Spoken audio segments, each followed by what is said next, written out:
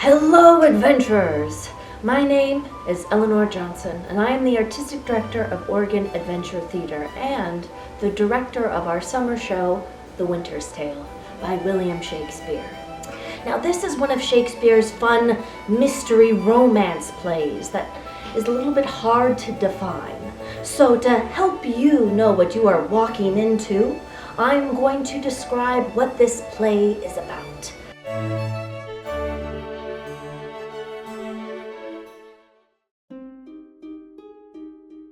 So, we start off in Act 1. We are in Sicilia.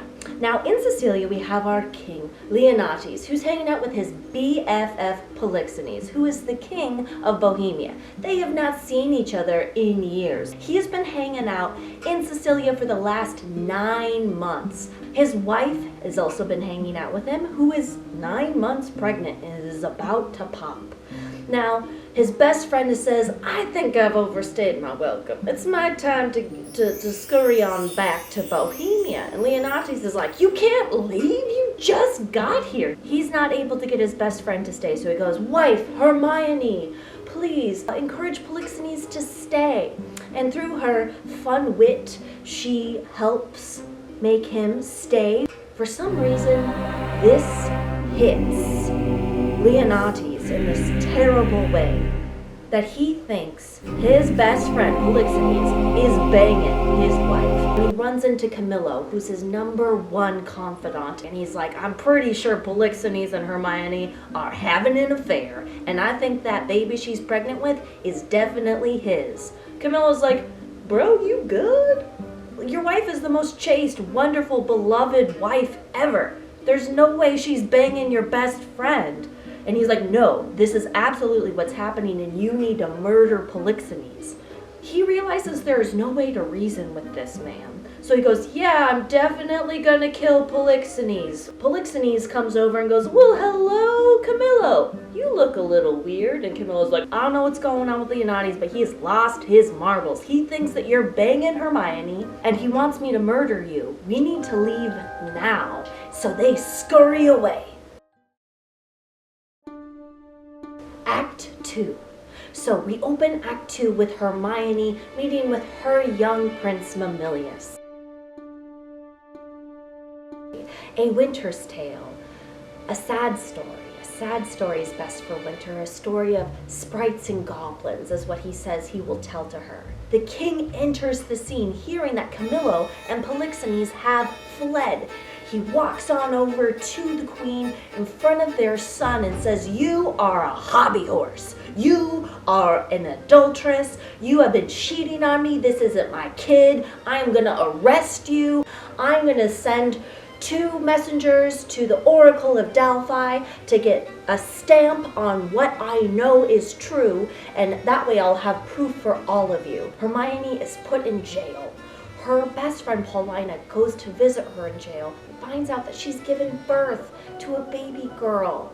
Paulina thinks that if she shows Leontes the baby, his heart will melt and he'll realize he's come to a terrible mistake. She takes the child. She goes to the king, presents the baby to him, and he is having none of it. Paulina is reading this guy for filth for being such a terrible dude. Now, her husband Antigonus is in the room and is trying to stick up for Hermione and his wife.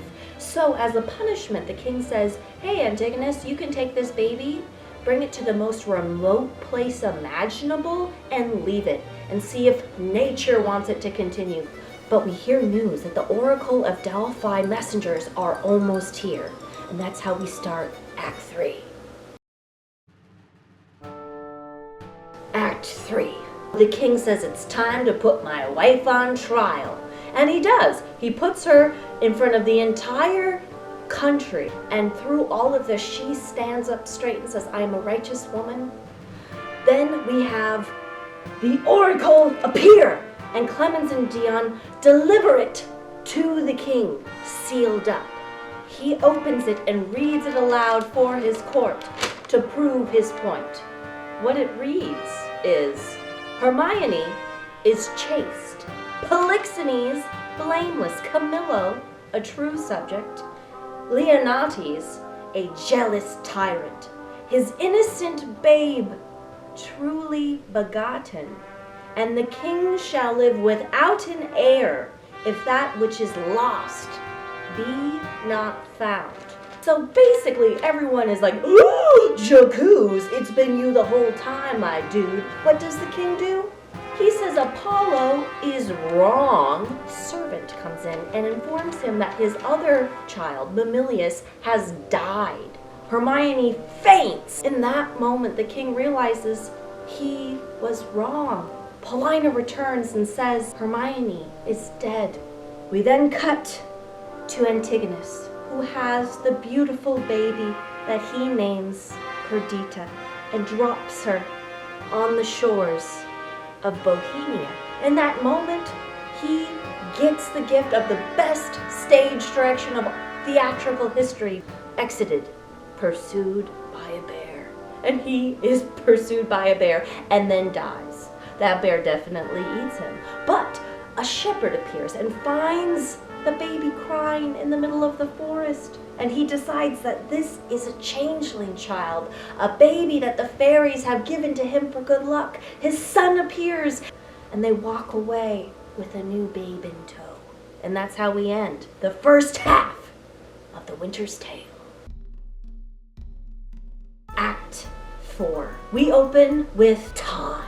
That's right, time comes out and gives us a monologue, letting us know that 16 years have passed. We open on Camillo and Polixenes, with Camillo hearing from the king that he wants him to come back home. Polixenes says that Camillo can't possibly leave and that he has to stay, but asks Camillo if he's seen his son lately. And Camillo says he's been hearing that he's been hanging out at a shepherdess's house. The king thinks that they should go together disguised to the shepherdess house and see what's going on. Next we run into the shepherd's son, who is going to market for this big festival that they're holding at their beautiful farm, a sheep shearing festival. And along the way he gets pickpocketed by a wonderful clown bard character named Autoclus. And then we meet our young lovers, Perdita and Florizel, at the farm before the sheep shearing festival, madly in love with each other. The fabulous sheep shearing festival happens. Everyone arrives. Florizel and Perdita get particularly cozy, and Polixenes in disguise goes, "Do you want to propose to this young girl?" And Florizel goes, "You know what?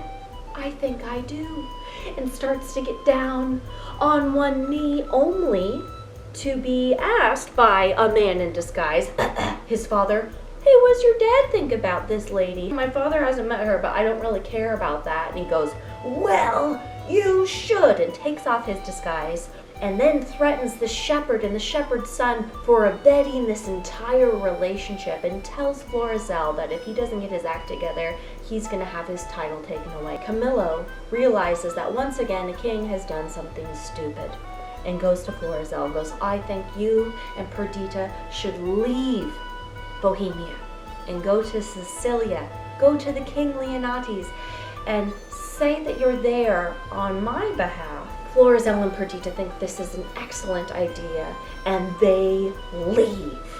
To get out of town, they go to Autoclus and steal his ugly clothes so they can pretend that they're lowly born.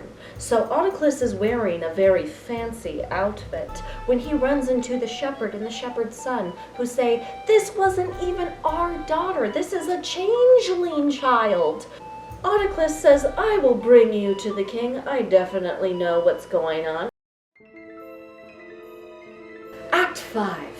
So, we are back in Sicilia.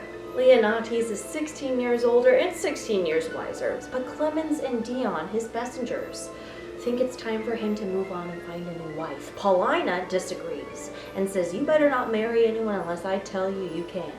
Then Florizel and Perdita arrive. They come off a ship and say that they've been sent there by Camillo and the goodwill of his father, Polixenes, to reestablish the friendship and relationship between their two countries. But then a servant appears and says, "This guy's dad is here, Polixenes, and he is pissed at Florizel. he is marrying a young shepherd's daughter. This is no princess. And that they're not even married yet. They're just pretending to be married. Now the king is like, I don't want to pass judgment as a person who's made a lot of mistakes, but it seems like your dad's pretty pissed. I'll try to talk to him. The shepherd and the shepherd's son told King Polixenes of the origins of the changeling child, including the lovely note that said that Antigonus had left Perdita. And Camillo, reading this note, realizes that that baby is in fact Leonatis and Hermione's lost child. Everyone joins them towards a statue of Hermione that has been commissioned by an Italian master that Paulina has really helped spearhead. The likeness of the statue looks just like Hermione, as if she's aged 16 years. Leonatis wants to kiss the statue. Paulina says, if you do that, something magical might happen. Leonatis says that he's ready for magic. And then after that, she slowly comes to life. And the oracle has finally come true. That which is lost has been found. The Winter's Tale by William Shakespeare. Now, you got to see all this in real life.